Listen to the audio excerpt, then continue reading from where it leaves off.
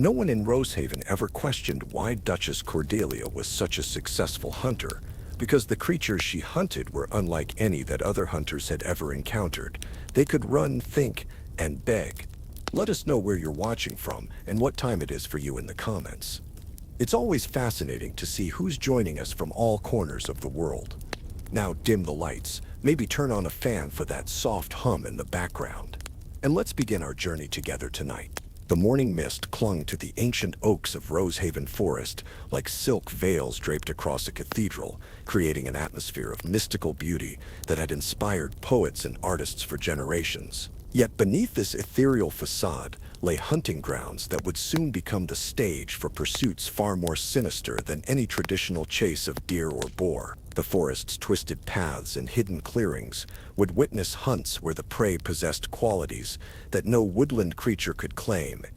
intelligence, desperation, and the terrible awareness of their own mortality. Duchess Cordelia Ashworth stood at the tall windows of Rosehaven Manor, her emerald eyes scanning the mist-shrouded tree line with the calculating gaze of a predator surveying territory that belonged entirely to her domain. At 32 years of age, she possessed a beauty that was both striking and unsettling. Her features arranged with mathematical precision, yet animated by an intensity that suggested depths of character that polite society preferred not to examine too closely. Her auburn hair was styled in the latest fashion, her gown crafted from the finest silks available to nobility, yet there was something in her bearing that spoke of appetites that could not be satisfied by conventional luxury or social position. The Duchess had inherited Rosehaven upon the death of her father 3 years earlier, along with the vast hunting preserve that had been in the Ashworth family for 2 centuries. The estate encompassed nearly 10,000 acres of dense woodland,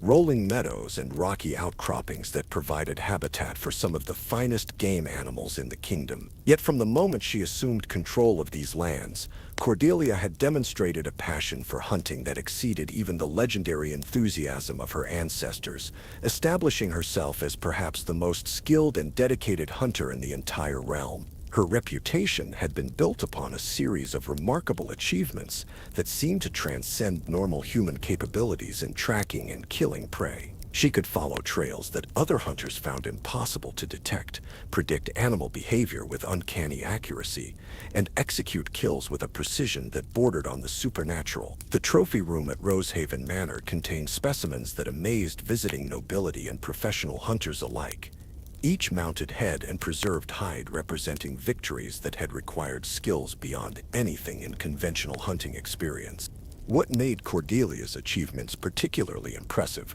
was her apparent ability to hunt successfully regardless of weather conditions, terrain difficulties, or the natural awareness of her quarry. She had taken magnificent stags during seasons when other hunters reported seeing no sign of deer, had tracked wolves through snowstorms that would have defeated the most experienced trackers, and had successfully hunted nocturnal predators that typically evaded human contact entirely. Her success rate was so consistently remarkable that it had begun to attract attention from hunters throughout neighboring provinces who sought to learn her methods and techniques. The hunting parties that Cordelia hosted at Rosehaven had become legendary among the aristocracy for their combination of luxury, excitement, and extraordinary success in taking impressive game. Guests were accommodated in apartments that rivaled the finest royal residences, fed cuisine prepared by chefs recruited from the most prestigious establishments in the capital, and provided with equipment and guides that ensured their hunting experiences would exceed their highest expectations. Most importantly,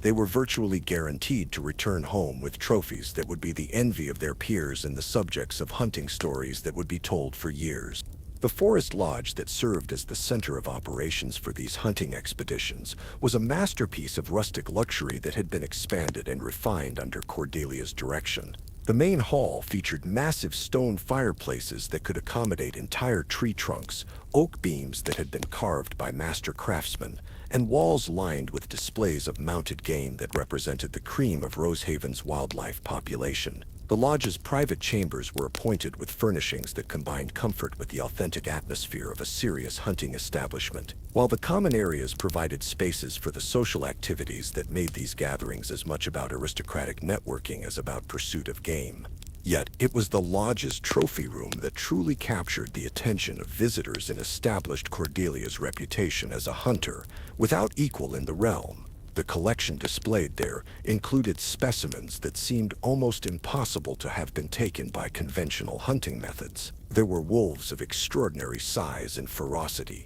bears that appeared to have been taken at the peak of their strength and aggression, and stags whose antler formations defied normal patterns of growth and development. Each trophy was mounted with meticulous attention to detail that preserved not just the physical characteristics of the animal, but something of the spirit and personality that had animated it in life. What visitors found most remarkable about the trophy collection was the apparent emotional intensity captured in the facial expressions of the mounted specimens. The eyes of the wolves seemed to burn with intelligence and defiance that exceeded normal animal awareness, while the deer displayed a wariness and desperation that suggested they had faced something far more terrifying than ordinary human hunters. The bears showed signs of having fought with desperate fury against an adversary that had somehow proven superior to their massive strength and ferocious determination. Cordelia herself provided detailed accounts of each hunt represented in her collection, describing the tracking process,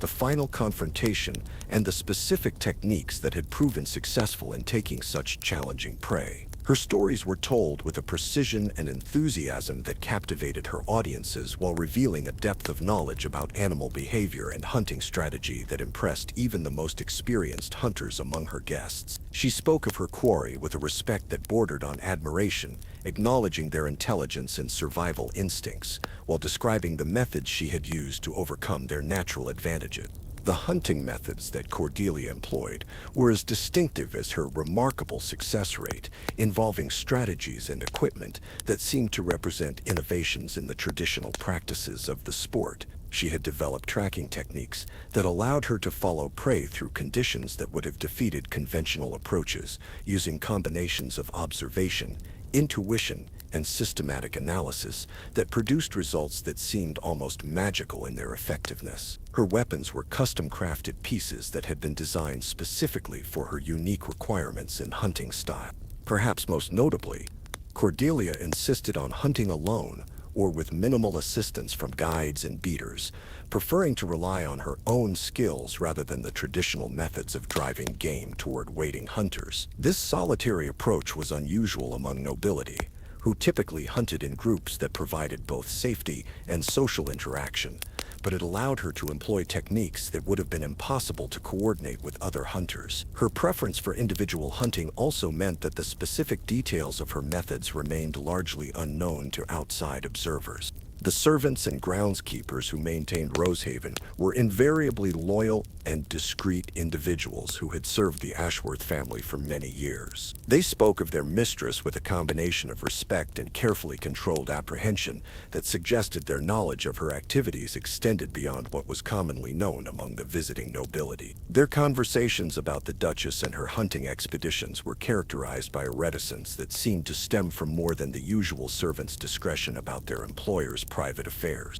Among the local population in the villages surrounding Rosehaven, Cordelia's reputation was more complex and troubling than the admiration she received from her aristocratic peers. While she was acknowledged as a generous employer who provided good wages for those who worked on her estate, there were whispered concerns about the increasing frequency of disappearances among the local population that seemed to coincide with the expansion of her hunting activities. These disappearances typically involved individuals who had little family or social connection to anchor them in the community: traveling merchants, seasonal workers, individuals seeking employment who had arrived from distant regions. The pattern of disappearances was subtle enough to avoid attracting official attention, particularly since the missing individuals were often people whose absence might not be immediately noticed or reported. However, among the villagers who paid attention to such matters, there was a growing sense of unease about the correlation between Cordelia's hunting expeditions and the unexplained vanishing of people who had been seen approaching or working in the vicinity of Rosehaven Forest. The whispered conversations in village taverns increasingly included warnings about venturing too deep into the woods, particularly during the periods when the Duchess was known to be engaged in her hunting activities. The local authorities were reluctant to investigate these concerns too deeply, partly because of the Duchess's political influence and social position, but also because the evidence remained circumstantial and the missing individuals were often people whose background and intentions in the area were unclear. The sheriff and his deputies conducted perfunctory investigations when pressed to do so, but their inquiries typically concluded that the missing persons had simply moved on to seek opportunities elsewhere, an explanation that was plausible enough to avoid raising uncomfortable questions about what might actually be occurring in Rosehaven Forest. Cordelia's own interactions with the local population were characterized by a combination of aristocratic courtesy and subtle intimidation that discouraged overly curious inquiries about her activities. She was generous in her charitable contributions to local institutions and provided employment opportunities that made her a valued member of the community from an economic perspective. Yet there was something in her demeanor that suggested consequences for those who might interfere with her pursuits or question her methods too directly. The hunting lodge's staff included individuals whose loyalty to the Duchess seemed to extend beyond normal employment relationships, displaying a dedication that bordered on obsession and a willingness to follow her instructions without question regardless of their nature or implications. These servants moved about their duties with a quiet efficiency that suggested they were accustomed to maintaining discretion about activities that required careful management of information and evidence. As autumn approached and the hunting season prepared to reach its peak, Cordelia began making preparations for what she privately considered would be her most ambitious and satisfying expedition yet. The conventional hunting that had established her reputation was beginning to feel routine and predictable, lacking the challenge and excitement that had originally drawn her to the sport. She had mastered every technique, taken every type of game animal available in her preserve, and achieved a level of success that left her searching for new forms of stimulation and accomplishment. The trophy room at Rosehaven Manor had become so crowded with conventional hunting prizes that she was beginning to consider whether it might be time to explore different types of quarry that would provide the intellectual and physical challenges she craved. The thrill of the hunt had always been more important to her than the simple act of killing, and she was increasingly aware that traditional game animals could no longer provide the level of resistance and unpredictability that made hunting truly exciting and worthwhile. Her private journals, which she kept locked in the study adjoining her personal chambers, contained detailed observations about hunting techniques and prey behavior that revealed a scientific approach to the sport that went far beyond casual aristocratic entertainment. These writings explored theoretical approaches to tracking, trapping, and killing that demonstrated a depth of study and experimentation that would have surprised even her most dedicated hunting companions. The entries became increasingly focused on questions about the relationship between hunter and hunted, the psychology of pursuit and escape, and the possibilities for developing new forms of hunting that would challenge both participants in ways that conventional sport could not achieve. The forest paths that Cordelia walked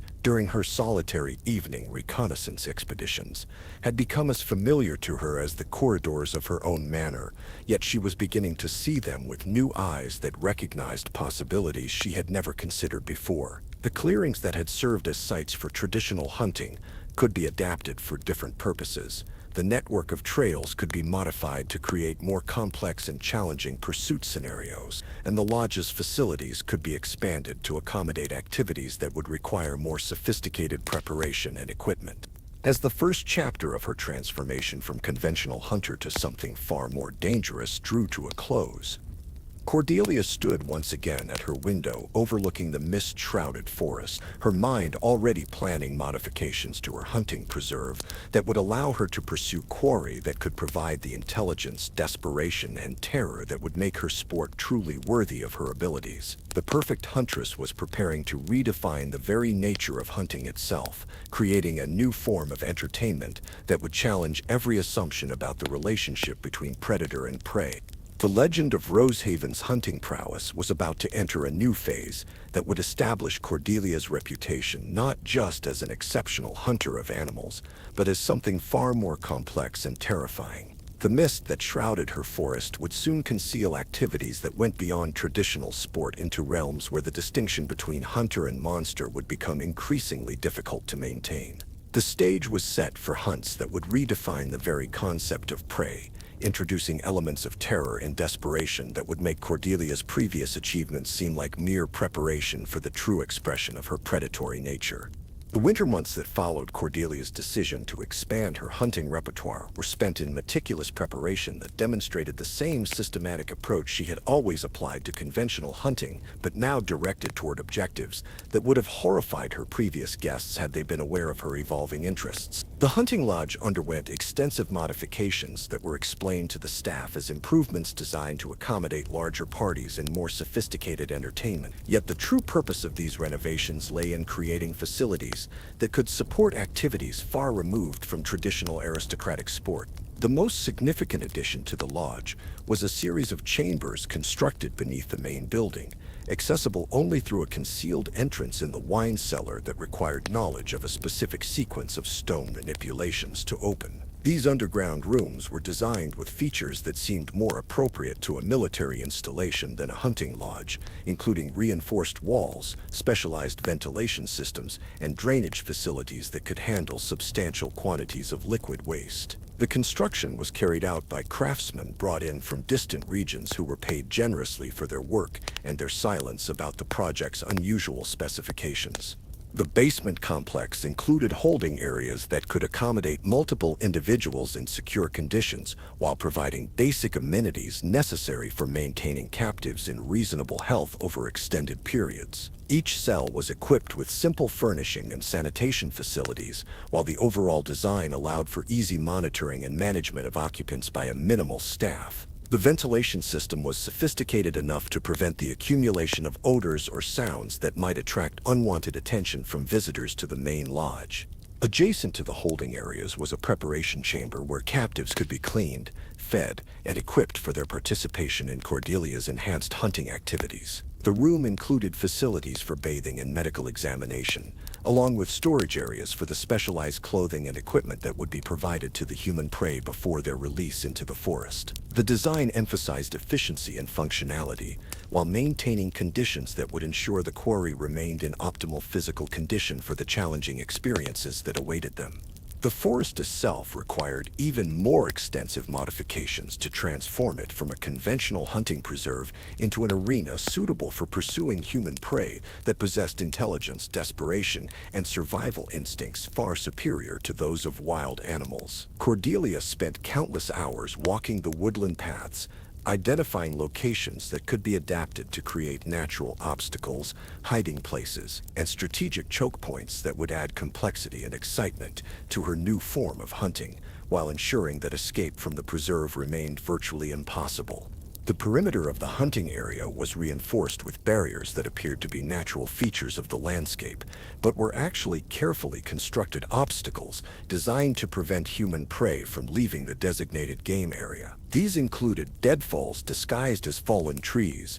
pit traps concealed beneath layers of leaves and brush, and maze-like arrangements of dense undergrowth that would channel fleeing quarry back toward the center of the preserve, where Cordelia could maintain control over the hunt's progression. Water sources throughout the forest were modified to serve dual purposes, providing the hydration necessary to keep human prey alive during extended pursuits, while also creating natural gathering points where Cordelia could predict her quarry's movements and plan tactical approaches. Some streams were diverted to create areas of boggy ground that would slow movement and leave clear tracks, while others were channeled through narrow passages that created natural ambush sites where a skilled hunter could wait for desperate prey to approach. The lodge's equipment storage areas were expanded to accommodate the specialized gear that Cordelia required for hunting prey that could think, plan, and attempt to use tools and weapons in their desperate efforts to survive. Her personal armory was enhanced with weapons designed for non-lethal capture as well as killing, including nets, restraints, and projectile devices that could incapacitate human targets without immediately ending the hunt. She also acquired tracking equipment that was sophisticated enough to follow human prey through terrain and conditions that would challenge even experienced woodsmen. Perhaps most importantly, Cordelia developed a comprehensive system for acquiring suitable subjects for her enhanced hunting activities, establishing networks of contacts and recruitment methods that could provide her with prey that met her exacting standards for intelligence, physical capability, and psychological resilience. The ideal candidates were individuals who possessed enough strength and cunning to provide challenging sport while lacking the social connections that would cause their disappearance to be investigated too thoroughly by authorities. Her recruitment criteria focused on travelers, seasonal workers, and individuals seeking employment who had arrived in the region from distant locations and had not yet established local relationships that would anchor them in the community. These subjects were approached with offers of well-paid temporary work at Rosehaven, positions that would require them to stay at the lodge for extended periods, while performing duties that could be easily fabricated and abandoned once the individual had been secured for hunting purposes. The selection process involved careful evaluation of each potential subject's physical condition, intelligence level, and psychological profile to ensure they would provide optimal sport once released into the forest. Cordelia developed techniques for assessing these qualities through seemingly casual conversations and observation that allowed her to identify individuals who possessed the combination of capabilities that would make them worthy prey for her enhanced hunting activities. Particularly valuable subjects were those who had military experience, survival training, or outdoor skills that would enable them to mount effective resistance to pursuit and capture. These individuals could provide extended hunts that would test Cordelia's abilities while creating the kind of challenging sport that had become impossible to achieve through conventional hunting of wild animals. Their knowledge of tactics, weapons, and survival techniques would force her to develop new hunting strategies and push her skills to levels that traditional prey could never demand. The recruitment process also involved careful management of information and evidence to ensure that the disappearance of selected subjects would not attract unwanted attention from authorities or concerned family members. Cordelia developed cover stories and documentation that would explain why individuals had left the area suddenly, creating paper trails that suggested they had found employment elsewhere or had decided to seek opportunities in distant regions where their absence would be easier to explain and less likely to prompt investigation. The logistics of managing human prey required significantly more complex planning than traditional hunting, involving considerations of psychology, nutrition, and motivation that were irrelevant when dealing with wild animals. Cordelia studied human behavior under extreme stress, learning to predict how different personality types would react to the terror and desperation of being hunted by a skilled predator who possessed every advantage of knowledge, equipment, and terrain familiarity. Her research included analysis of historical accounts of human tracking and pursuit, military tactics for hunting enemy soldiers, and psychological studies of behavior under life-threatening conditions. This scholarly approach to her new hunting methods reflected the same intellectual curiosity and systematic methodology that had made her so successful in conventional hunting, but now applied to challenges that were far more complex and morally problematic. The preparation of human prey for release into the forest required careful attention to factors that would ensure both sporting challenge and ultimate control over the hunt's outcome. Subjects were provided with basic survival equipment that would enable them to mount meaningful resistance while ensuring that their resources remained insufficient to achieve actual escape from the hunting preserve. The equipment included rudimentary weapons, limited food supplies, and tools that would allow them to construct basic shelters and attempt to evade pursuit for extended periods.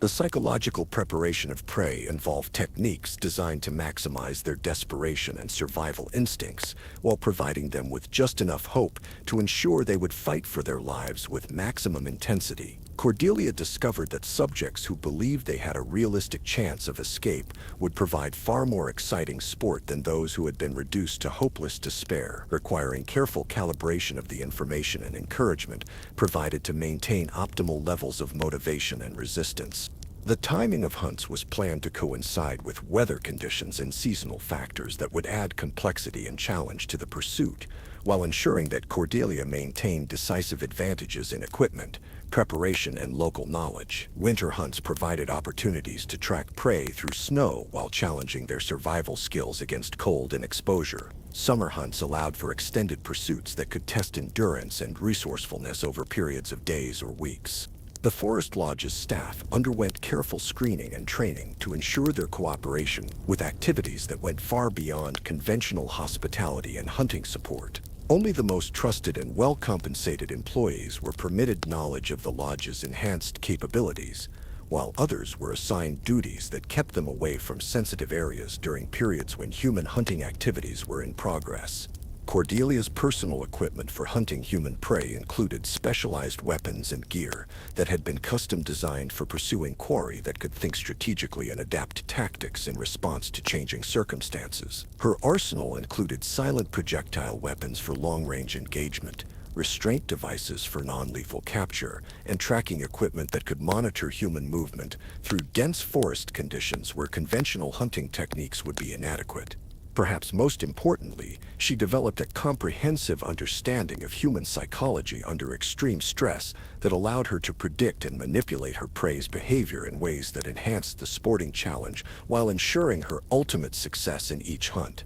This knowledge included techniques for using fear and hope as tools to control the pace and direction of pursuit, methods for exploiting human weaknesses and blind spots, and strategies for turning her quarry's intelligence and survival instincts into disadvantages that could be exploited by a superior predator. The art of hunting humans required skills that went far beyond those needed for traditional game, demanding mastery of psychological warfare, strategic thinking, and tactical improvisation that could respond to prey that was capable of learning, planning, and attempting to turn the tables on their pursuer. Cordelia embraced these challenges with the same enthusiasm and dedication she had previously applied to conventional hunting, recognizing that she had discovered a form of sport that could provide unlimited opportunities for growth and achievement. As spring approached, and her preparations neared completion, Cordelia felt a sense of anticipation that exceeded anything she had experienced during her years of traditional hunting. The prospect of pursuing prey that could understand their situation, feel genuine terror, and fight for their lives with intelligence and desperation promised sporting experiences that would finally provide the challenges and satisfaction that had become impossible to achieve through hunting mere animals. The stage was set for the first trial of her enhanced hunting methods, a carefully planned expedition that would test all the systems and techniques she had developed during months of meticulous preparation. The success of this initial hunt would determine whether her vision of ultimate sporting challenge could be realized, or whether human prey would prove to be either too easy or too difficult to provide the optimal balance of challenge and achievable victory that made hunting truly satisfying. The art of hunting was about to evolve beyond anything that previous generations of sportsmen had imagined,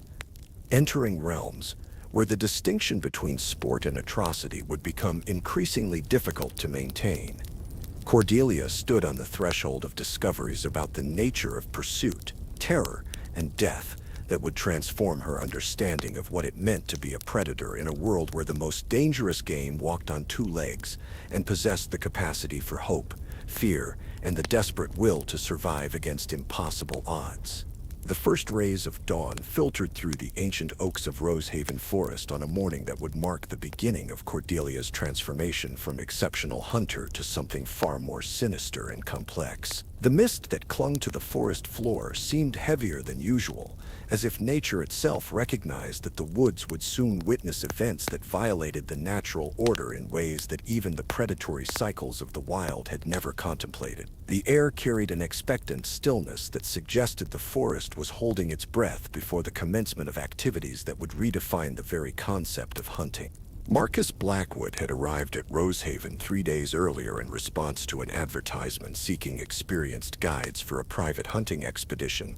that promised generous compensation for individuals with military background and wilderness survival skills. The 30-year-old former soldier had served with distinction in border conflicts before returning to civilian life, where his combination of tactical training and outdoor expertise made him an ideal candidate for specialized hunting work. His decision to accept Cordelia's offer had been motivated by financial necessity rather than sporting enthusiasm, as his transition to peacetime employment had proven more challenging than anticipated. The recruitment process had proceeded exactly as Cordelia had planned, with Marcus responding to carefully placed advertisements in taverns and hiring halls frequented by men seeking temporary work that could utilize their military experience. His initial interview at the lodge had convinced him that he would be serving as a guide for wealthy clients who sought more challenging hunting experiences than conventional game could provide. The Duchess herself had conducted the interview with professional courtesy and apparent respect for his background, creating an atmosphere of mutual respect that made the position seem both legitimate and attractive. During his 3 days at the lodge, Marcus had been treated with the hospitality appropriate to a valued employee, provided with comfortable quarters and excellent meals, while being briefed on what he believed were the technical requirements of his guide duties. The lodge staff had been friendly and professional, treating him as a temporary member of the household rather than a mere servant, which had reinforced his impression that he had found employment with an unusually enlightened aristocratic employer who valued competence over social status. The deception had been maintained through careful attention to detail that would have convinced even a suspicious observer of its authenticity. Marcus had been shown maps of the hunting preserve, introduced to the lodge's facilities and equipment, and provided with gear that seemed appropriate for challenging wilderness expeditions. His questions about the specific nature of the hunting activities had been answered with explanations that emphasized the Duchess's preference for pursuing particularly elusive and dangerous game that required exceptional skill and preparation to track successfully. On the evening before the hunt was scheduled to begin, Marcus had been invited to join Cordelia for dinner in the lodge's private dining room, an honor that seemed to reflect her respect for his military service and professional qualifications. The meal had been exceptional, featuring courses that demonstrated the lodge's access to the finest ingredients and most skilled preparation, while the conversation had touched on topics ranging from military strategy to wilderness survival techniques that showcased the Duchess's surprisingly sophisticated knowledge of both subjects. Cordelia's behavior throughout the evening had been that of an intelligent and cultured woman who possessed genuine interest in the technical aspects of hunting and outdoor pursuits, combined with the confidence and authority appropriate to someone of her social position and acknowledged expertise. Her questions about Marcus's military experience had seemed motivated by professional curiosity rather than idle aristocratic entertainment, creating an impression of mutual respect between fellow practitioners of challenging and dangerous arts.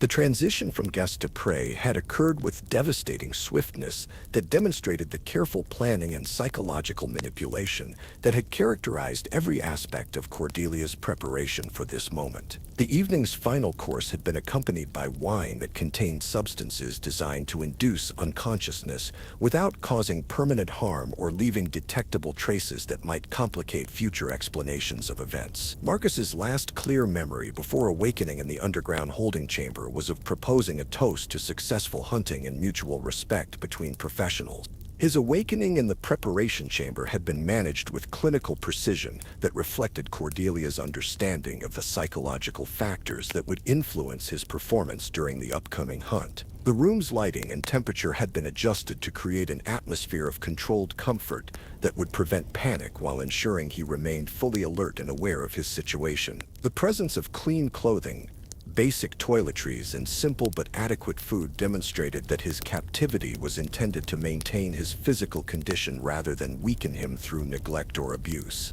Cordelia's explanation of his new role had been delivered with the same professional courtesy that had characterized their previous interactions, but now enhanced by an undertone of absolute authority that made clear the futility of resistance or negotiation. She had described the hunt in terms that emphasized its sporting nature and the respect she held for his capabilities, framing his participation as an opportunity to demonstrate the survival skills and tactical thinking that had made him valuable as a soldier and guide. The rules of the game had been explained with meticulous attention to detail that reflected Cordelia's commitment to maintaining standards of fairness and sporting challenge that would ensure the hunt provided optimal entertainment value. Marcus would be released into the forest preserve with basic survival equipment and a 12-hour head start before pursuit commenced, providing him with opportunities to demonstrate his wilderness skills and military training, while ensuring that Cordelia faced genuine challenges in tracking and capturing her quarry. The equipment provided to Marcus included items that would enable him to attempt meaningful resistance while ensuring that his resources remained insufficient to achieve actual escape from the hunting preserve. He received a hunting knife, basic fire-making materials, a water container, and a small quantity of dried food that would sustain him for several days if carefully rationed. The selection of gear had been calculated to provide just enough capability to make the hunt challenging, while preventing him from acquiring advantages that might threaten Cordelia's ultimate control over the situation. Perhaps most importantly, Marcus was informed that his survival and potential freedom depended entirely on his ability to evade capture for a period of 7 days, after which he would be released with payment for his participation and assurance that his experience would remain confidential. This promise of eventual freedom, regardless of its sincerity, provided the psychological motivation necessary to ensure that he would fight for survival with maximum intensity rather than surrendering to despair that would diminish the sporting value of the hunt. The psychological preparation for his release had included subtle encouragement designed to maximize his confidence in his survival abilities, while providing just enough hope to maintain his motivation throughout the extended period of pursuit. Cordelia had acknowledged his military training and wilderness experience in terms that suggested genuine respect for his capabilities, creating the impression that she viewed him as worthy prey, whose eventual capture would represent a significant achievement for her hunting skills.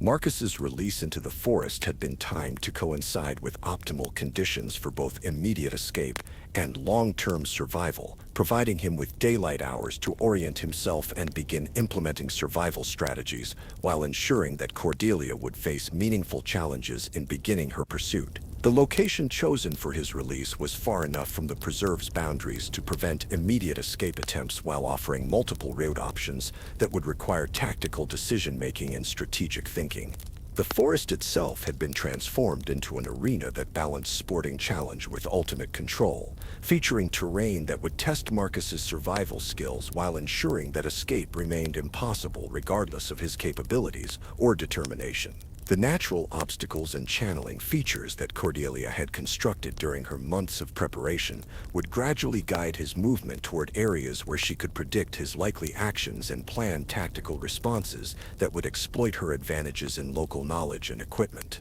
Marcus's initial response to his release had demonstrated exactly the combination of tactical thinking and survival instinct that Cordelia had hoped to encounter in her first human prey. Rather than panicking or attempting immediate escape, he had spent his first hours conducting careful reconnaissance of his immediate surroundings, identifying water sources and potential shelter sites, while beginning to develop strategic plans for long-term survival and eventual escape. His military training was evident in his systematic approach to assessing the situation and establishing priorities for action. The tracking phase of the hunt had commenced after the promised 12-hour delay, with Cordelia beginning her pursuit from the lodge using equipment and techniques that had been specifically adapted for following human prey through forest conditions that would challenge conventional hunting methods. Her initial task involved identifying Marcus's chosen direction of movement and interpreting the tactical thinking that had guided his route selection, requiring skills that went far beyond simple animal tracking to encompass psychological analysis and strategic prediction.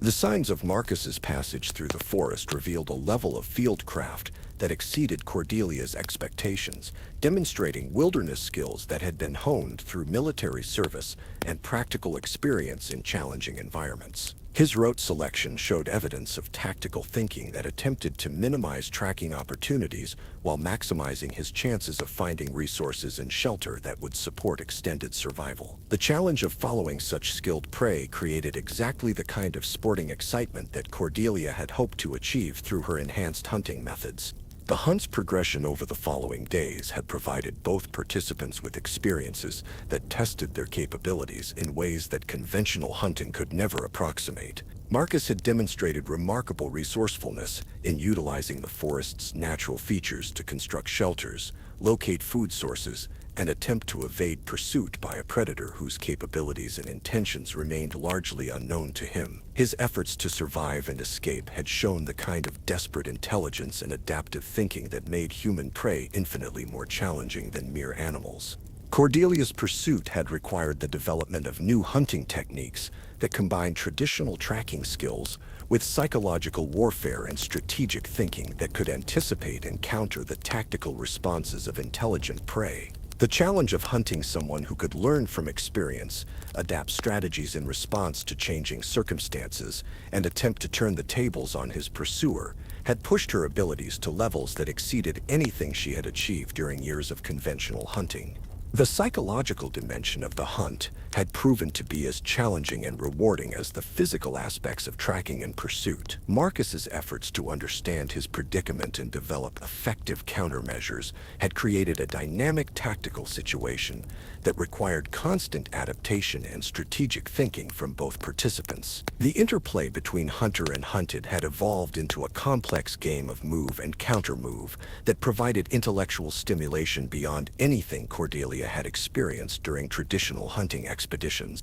The forest had become a chessboard where every decision carried potentially fatal consequences, with both participants fully aware that the ultimate stakes involved life and death, rather than mere sporting triumph or defeat. This awareness had elevated the intensity of the experience beyond anything achievable through conventional hunting, creating levels of excitement and satisfaction that validated Cordelia's decision to pursue human prey despite the obvious moral and legal complications involved. The hunt's climax had arrived on the sixth day, when Marcus's accumulated fatigue and dwindling resources had finally created the opening that allowed Cordelia to demonstrate the superior skills and preparation that made her ultimate victory inevitable. The final confrontation had taken place in a forest clearing where Marcus had attempted to make his last stand using improvised weapons and tactical positioning that showed impressive resourcefulness under desperate circumstances. The capture itself had been accomplished through techniques that showcased Cordelia's mastery of both traditional hunting skills and the enhanced methods she had developed specifically for pursuing human prey. The combination of superior equipment, intimate knowledge of the terrain, and psychological understanding of her quarry's likely responses had enabled her to overcome even the most determined resistance that Marcus could mount with his limited resources and exhausted condition. Marcus's final moments of freedom had been marked by a recognition of Cordelia's superior abilities as a hunter and a grudging respect for the sporting nature of the pursuit, despite its terrifying implications. His acknowledgement of her victory had provided exactly the kind of validation and satisfaction that Cordelia had sought through her evolution beyond conventional hunting, confirming that human prey could indeed provide the ultimate sporting challenge that wild animals could never approximate. The conclusion of the hunt had marked the successful completion of Cordelia's transition from exceptional conventional hunter to something far more complex and dangerous. The experience had validated her theories about the potential for human hunting to provide challenges and satisfaction that transcended anything achievable through traditional sport, while demonstrating her ability to master the additional skills and techniques required for pursuing the most dangerous game that existed in her world. The trophy that resulted from this first human hunt would take its place in Cordelia's collection as evidence of her achievement in conquering new frontiers of sporting challenge, while the knowledge and experience gained from the pursuit would inform future expeditions that would push the boundaries of hunting even further beyond conventional limitations. The great game had begun, and Cordelia had proven herself capable of playing it at the highest levels of skill and achievement. The forest of Rosehaven would never again be merely a preserve for conventional hunting, having been transformed into an arena where the ultimate sport could be pursued by someone whose capabilities and determination were equal to its extraordinary demands. The mist that had witnessed Marcus's desperate flight and eventual capture would soon shroud the movements of other prey, as Cordelia's appetite for this new form of hunting grew beyond what any single expedition could satisfy. The success of her first human hunt had awakened in Cordelia an appetite that could not be satisfied through sporadic expeditions or casual pursuit of randomly selected prey. The experience of tracking Marcus through Rosehaven Forest had provided her with insights into the potential for human hunting that exceeded her most optimistic expectations, revealing possibilities for sporting challenge and personal satisfaction that demanded systematic exploration and development. The months following that initial triumph were marked by an escalation in both the frequency and sophistication of her hunting activities that would transform Rosehaven from an occasional site of unusual sport into a facility dedicated entirely to the pursuit of human prey. The trophy room at Rosehaven Manor underwent significant expansion to accommodate the unique challenges of displaying evidence of hunts that could never be acknowledged publicly or discussed among conventional hunting circles. Unlike the mounted heads and preserved hides that represented traditional game animals, the trophies taken from human prey required more subtle and coded forms of presentation that would satisfy Cordelia's desire to commemorate her achievements while maintaining the discretion necessary to avoid unwanted attention from authorities or suspicious visitors. The new displays included personal items taken from successful hunts, arranged in cases that appeared to contain historical artifacts or curiosities collected during travels to distant regions. Marcus's military insignia occupied a place of honor among these items, accompanied by his compass, field knife, and other equipment that had failed to save him during his final desperate hours in the forest. Each piece was mounted with the same meticulous attention to detail that characterized Cordelia's conventional hunting trophies, complete with discrete plaques that recorded the date and duration of each hunt for her personal satisfaction. More macabre elements of her human hunting success were preserved in areas of the trophy room that were accessible only to Cordelia herself, stored in specially constructed cases that protected them from decay, while allowing her to revisit the memories of particularly satisfying pursuits. These private collections included items that would have shocked even the most jaded observers, yet they represented tangible proof of her growing mastery of techniques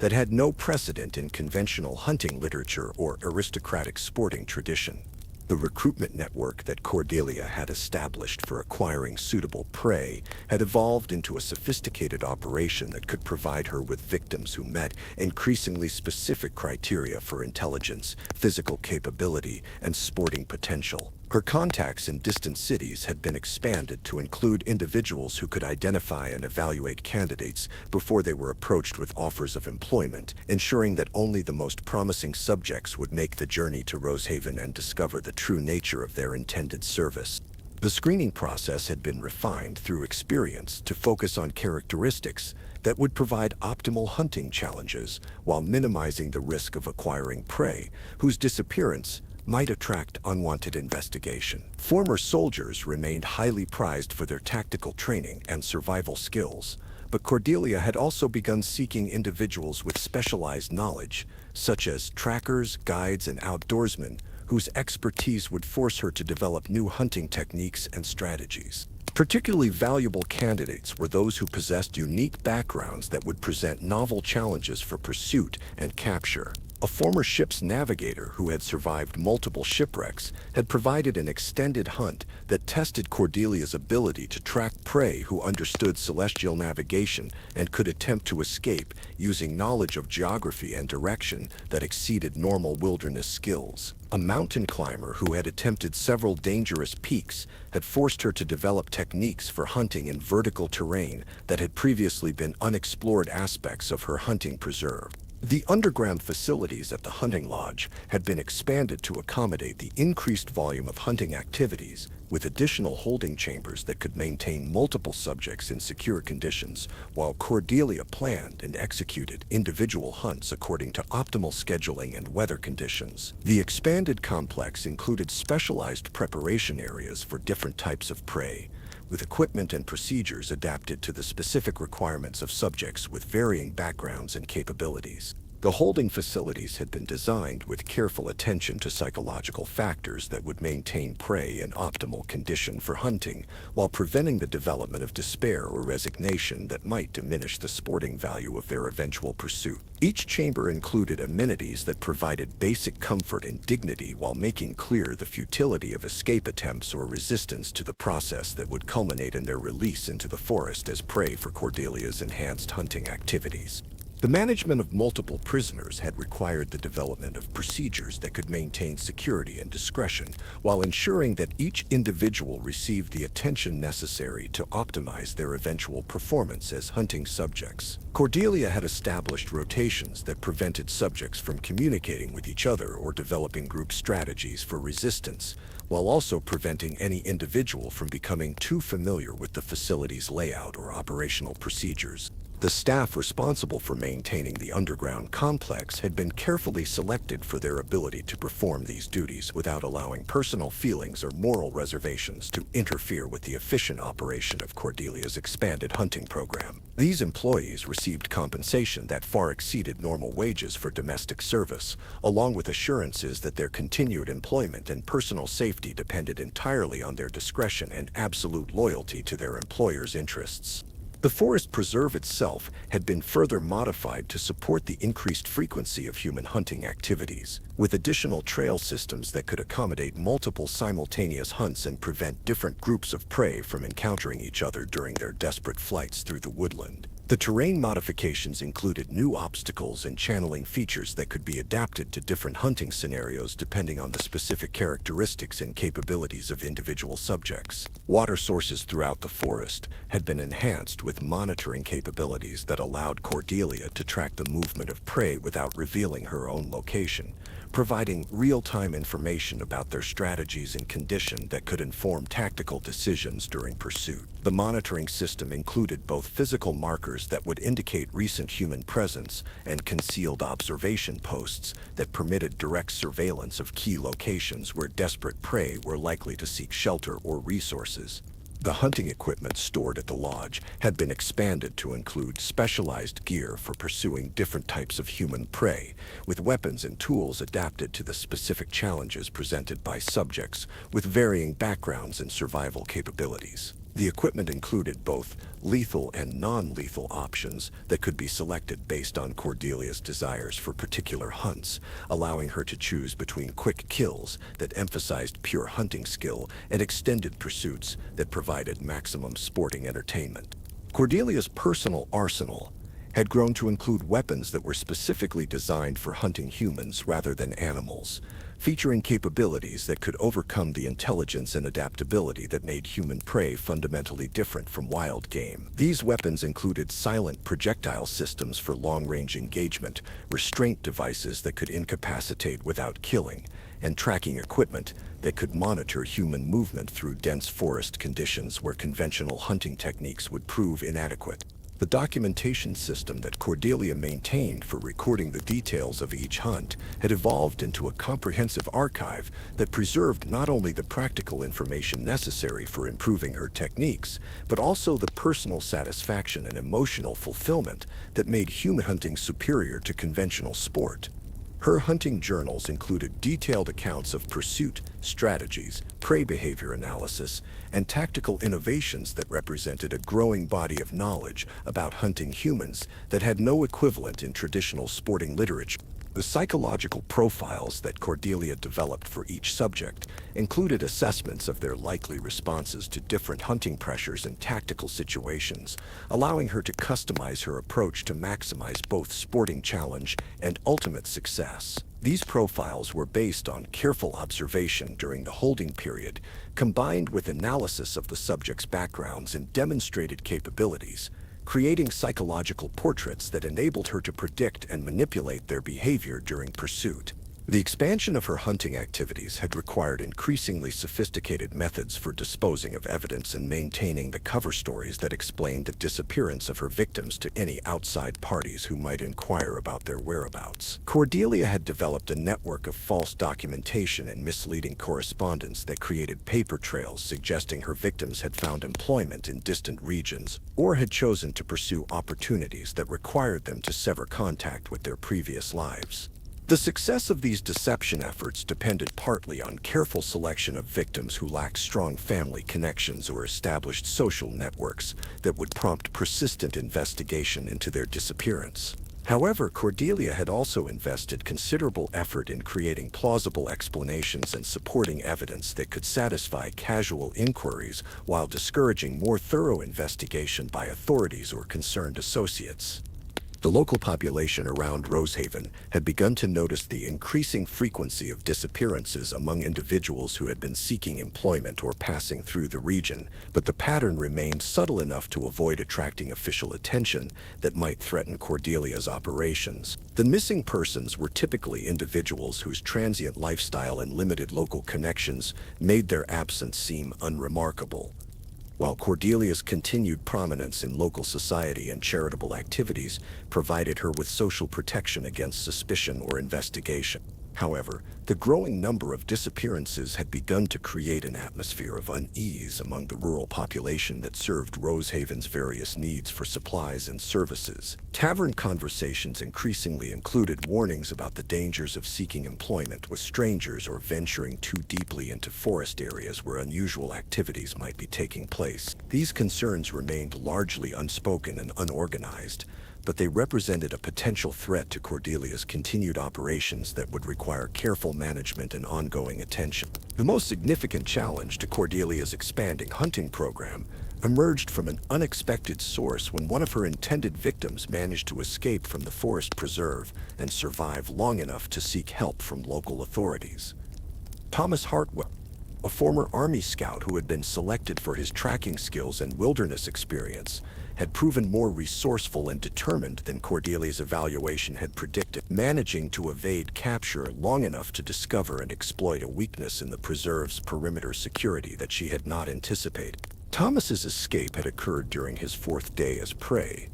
when exhaustion and desperation had driven him to attempt increasingly risky strategies for evading Cordelia's pursuit. His military experience had included training in escape and evasion techniques that proved more applicable to his situation than Cordelia had realized, enabling him to identify and exploit gaps in her surveillance network that had seemed adequate for containing less skilled prey. His successful breach of the preserve's boundaries had been accomplished through a combination of tactical knowledge, desperate determination, and fortunate circumstances that aligned to create an opportunity that more typical victims would not have recognized or been able to exploit. The discovery of Thomas's escape had created the first serious threat to Cordelia's hunting operations since she had begun pursuing human prey, forcing her to confront the possibility that her activities might be exposed to authorities who would not be as easily satisfied with explanations and social deflection as the local population had proven to be. The implications of having a surviving witness who could provide detailed accounts of her hunting methods and facilities represented a crisis that required immediate and decisive action to prevent the complete collapse of everything she had built at Rosehaven. Thomas's condition when he reached the nearest village had initially worked in Cordelia's favor,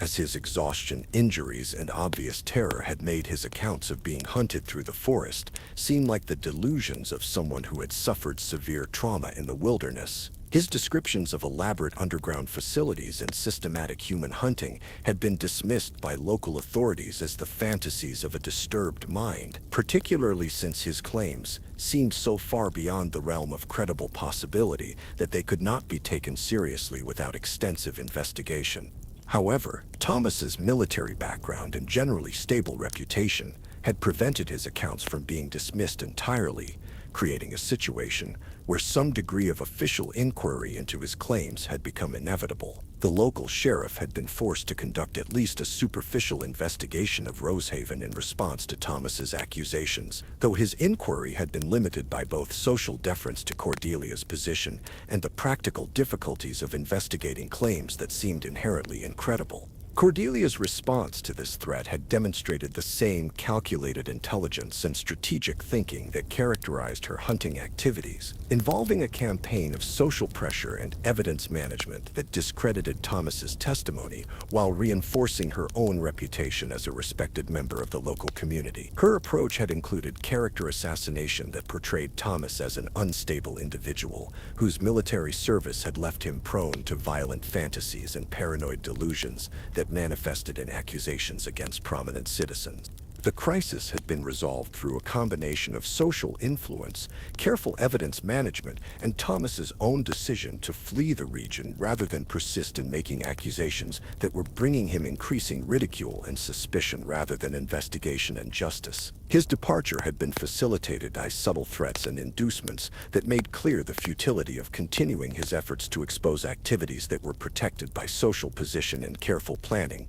that anticipated and prepared for exactly such challenges. The experience of nearly being exposed had taught Cordelia valuable lessons about the vulnerabilities in her operations and the need for enhanced security measures that could prevent future escapes, while maintaining the hunting challenges that made human prey superior to conventional game. The modifications she implemented included improved perimeter security, enhanced monitoring capabilities, and backup procedures that could contain situations where primary security measures failed to prevent escape attempts. Perhaps most importantly, the crisis had demonstrated that her appetite for human hunting had grown beyond what could be safely sustained at Rosehaven, without attracting the kind of attention that would eventually threaten her continued freedom to pursue the sport that had become the central focus of her existence. The success of her hunting program had created problems that could only be solved through expansion beyond the current preserve, requiring the development of new facilities and methods that could support higher volumes of activity while maintaining the discretion necessary to avoid exposure. The collection that Cordelia had assembled through months of successful hunting represented achievement in sporting excellence that exceeded anything in conventional hunting history.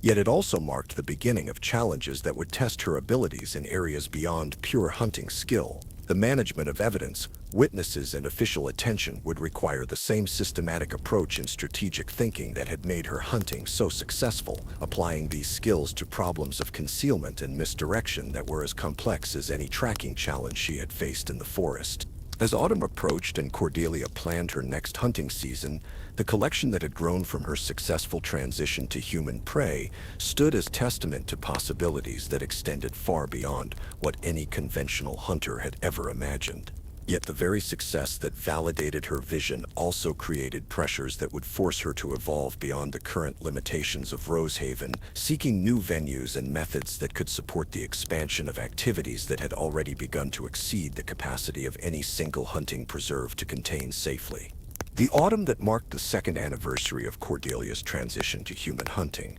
brought with it an intelligence network that had been carefully constructed by concerned parties who had begun to recognize patterns in the disappearances that plagued the regions surrounding aristocratic hunting preserves. What had initially appeared to be isolated incidents of missing persons had gradually coalesced into evidence of systematic activity that suggested coordination and planning beyond what random criminal behavior could explain. The investigation that was quietly taking shape represented the most serious threat that Cordelia had yet faced, requiring responses that would test every aspect of her strategic thinking and survival instincts. Captain James Morrison of the King's Guard had been assigned to lead a discreet inquiry into reports of unusual activities in remote hunting areas that had been brought to official attention through accumulating evidence that could no longer be dismissed as coincidental disappearances or local criminal activity. His military background and experience with complex investigations made him particularly suited for examining situations that required both tactical analysis and understanding of the social dynamics that surrounded aristocratic sporting activities. Morrison's investigation had begun with analysis of missing person reports from regions that included Rosehaven and several other hunting preserves owned by wealthy nobles who shared Cordelia's reputation for exceptional sporting success and innovative hunting techniques. The pattern that emerged from this analysis revealed correlations between peak hunting seasons and disappearances of individuals who possessed military or survival training, suggesting that their absence was not random, but reflected deliberate selection based on specific criteria that made them valuable for purposes that remained unclear. The investigative team that Morrison had assembled included specialists in tracking, wilderness survival, and criminal investigation, who possessed the skills necessary to examine evidence in forest environments where conventional investigative techniques would prove inadequate. Their assignment required them to operate with absolute discretion while gathering information that could either confirm or refute suspicions about activities that, if proven true, would represent crimes of unprecedented scope and sophistication. The challenge facing Morrison's investigation was the social and political protection that surrounded suspects whose aristocratic status and local influence made direct confrontation impossible without overwhelming evidence of criminal activity. The investigation would need to proceed through Cordelia's awareness of the developing investigation had come through her network of social contacts and informants who monitored official activities that might affect her interests or those of other aristocrats engaged in activities that required discretion. Her response to this threat had involved immediate implementation of security measures designed to eliminate evidence and witnesses while creating alternative explanations for any suspicious circumstances that might be discovered during official inquiry. The underground facilities at Rosehaven had been systematically cleaned and modified to remove all traces of their previous use for holding human prisoners, with the chambers being converted to appear as wine storage and equipment areas that would seem appropriate for a conventional hunting lodge. The forest preserve itself had undergone careful restoration to eliminate the artificial modifications that had been created to channel and control human prey, with natural features being restored to their original conditions,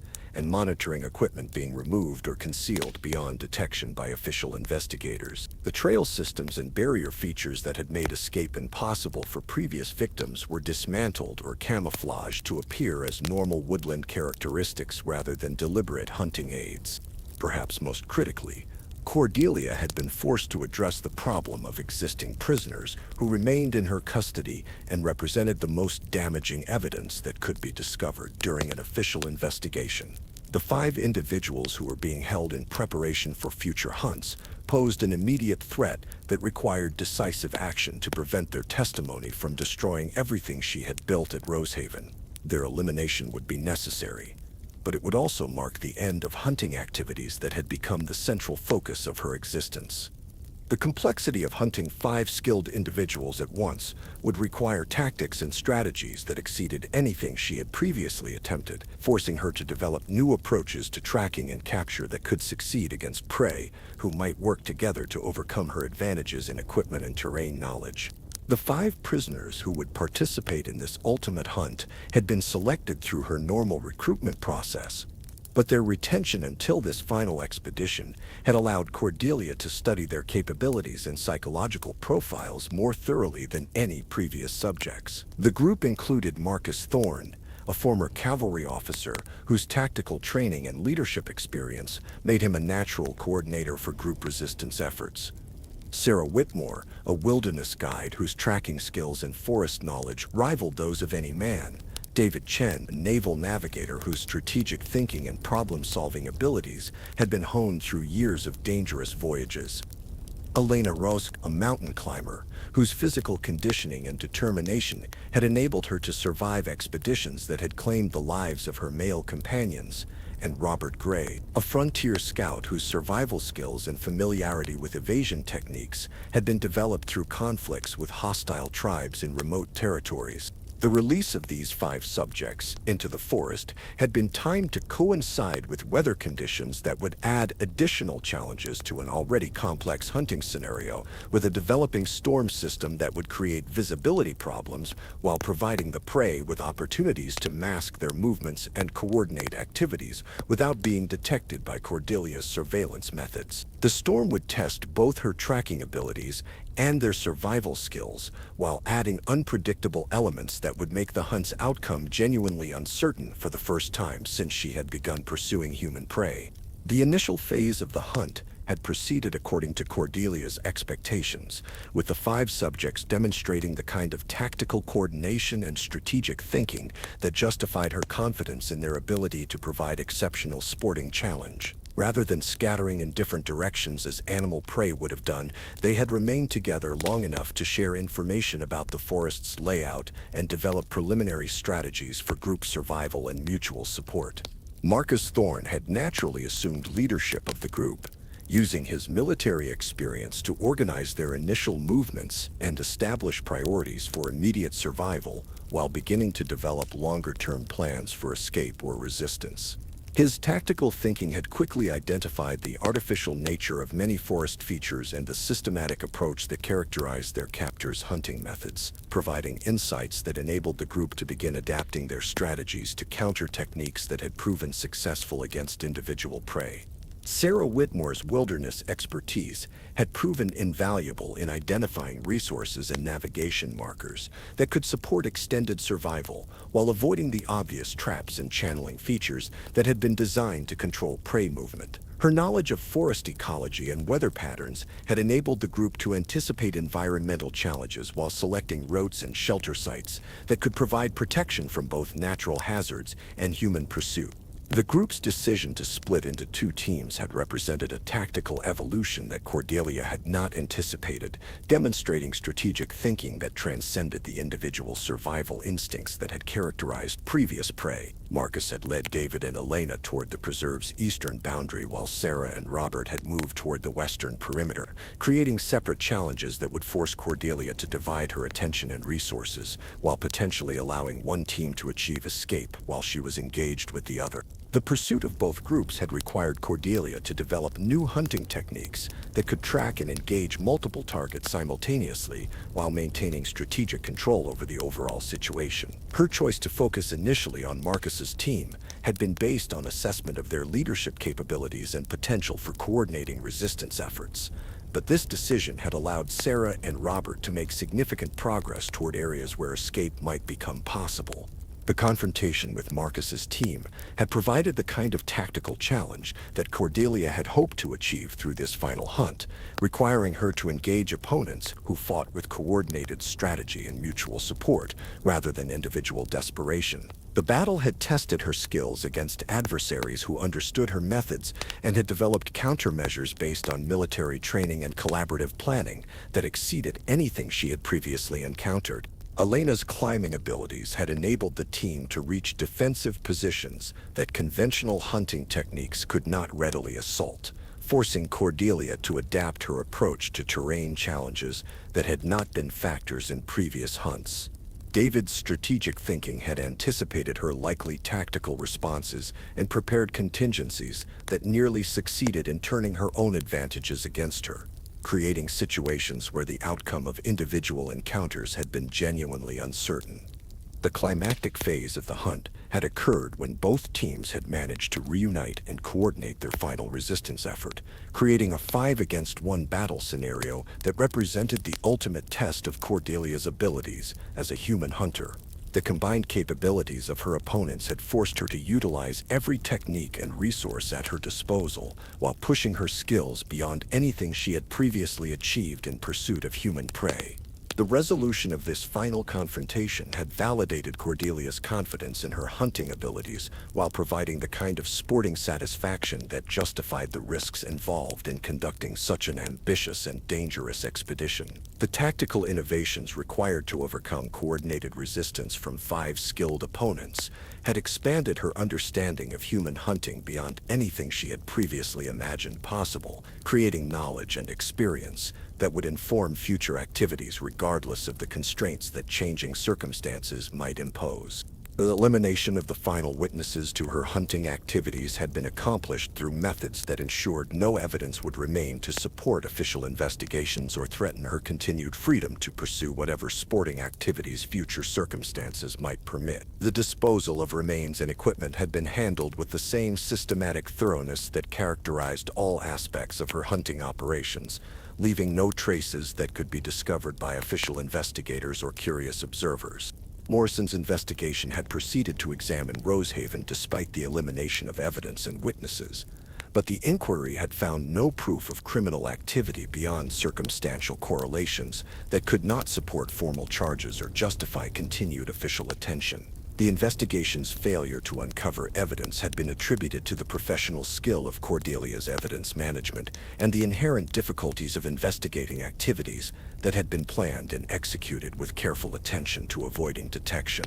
The conclusion of the official investigation had marked the end of the immediate threat to Cordelia's freedom and social position, but it had also made clear that continued human hunting activities at Rosehaven would be impossible without attracting renewed attention that might prove more persistent and thorough than the current inquiry. The success of her final hunt had provided satisfying closure to this phase of her sporting career, while demonstrating that she possessed the skills and knowledge necessary to pursue human prey under any circumstances that might permit such activities. Cordelia's decision to relocate her operations to new venues that could support continued human hunting without the accumulated suspicions that now surrounded Rosehaven had been motivated by confidence that her proven abilities could be successfully applied in different environments and circumstances. The knowledge and experience gained through 2 years of systematic human hunting represented assets that could be transferred to new locations where fresh opportunities for sporting challenge would be available, without the constraints that had made further activities at Rosehaven too dangerous to pursue. The sale of Rosehaven Manor and its hunting preserve had been accomplished through discreet negotiations that attracted no unusual attention while providing Cordelia with the financial resources necessary to establish new facilities in regions where her reputation and methods were unknown. The transfer of ownership had been structured to eliminate any continuing connection between her and the property that had served as the foundation for her evolution into the most skilled human hunter in history. The network of contacts and recruitment methods that Cordelia had developed during her time at Rosehaven could be adapted to new territories where different social conditions and population characteristics would provide access to prey with capabilities and backgrounds that might offer fresh challenges for her refined hunting techniques. The systematic approach she had developed for identifying, acquiring, and preparing human subjects could be implemented wherever suitable candidates could be found and appropriate facilities could be established. The new hunting preserve that Cordelia had acquired in the remote mountain regions of a neighboring province offered terrain and environmental conditions that would add novel elements to human hunting, while providing the isolation necessary to pursue such activities without attracting unwanted attention.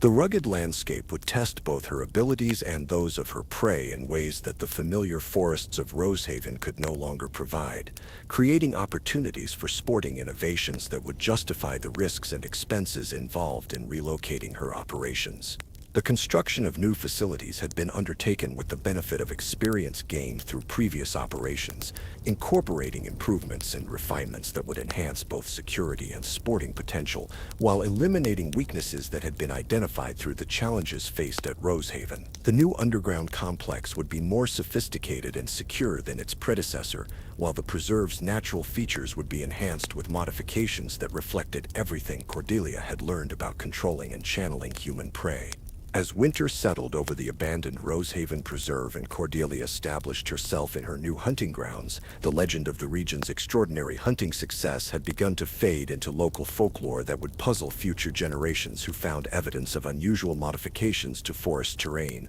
without understanding their true purpose. The trophy collection that had been secretly preserved and relocated would serve as private testament to achievements that could never be publicly acknowledged or officially recorded. The human huntress of Rosehaven had successfully evolved beyond the constraints of her original territory, carrying with her knowledge and capabilities that would enable continued pursuit of sporting challenges that exceeded anything available through conventional hunting. The skills she had developed and the methods she had perfected represented innovations in predatory technique that could be applied wherever suitable prey could be found and appropriate conditions could be established. The final hunt that had concluded her activities at Rosehaven had proven that human prey could provide sporting challenges that justified any risks or efforts required to pursue them, validating her decision to transcend the limitations of conventional hunting in favor of activities that tested her abilities against the most dangerous game that existed in her world. The knowledge that such challenges would continue to be available in new venues had provided the motivation necessary to abandon familiar territory in favor of unknown regions where fresh opportunities for excellence in human hunting awaited discovery and development. The legend of Cordelia's extraordinary hunting abilities would continue to grow as she established herself in new territories, with each successful hunt adding to a reputation that would never be fully understood by those who lacked knowledge of the true nature of her sporting achievements. The human huntress had proven that the most dangerous game could indeed provide the ultimate sporting challenge, and her success had established precedents and techniques that would enable continued pursuit of this ultimate form of hunting, wherever circumstances permitted such activities to be undertaken with appropriate skill and preparation. The mist that had once shrouded the forests of Rosehaven would soon be matched by similar vapors rising from new hunting grounds, where the most skilled predator in human history would continue to pursue prey that could run, think, and beg, ensuring that the art of human hunting would reach ever greater heights of sophistication and achievement in the hands of someone who had proven herself capable of mastering its most demanding challenges.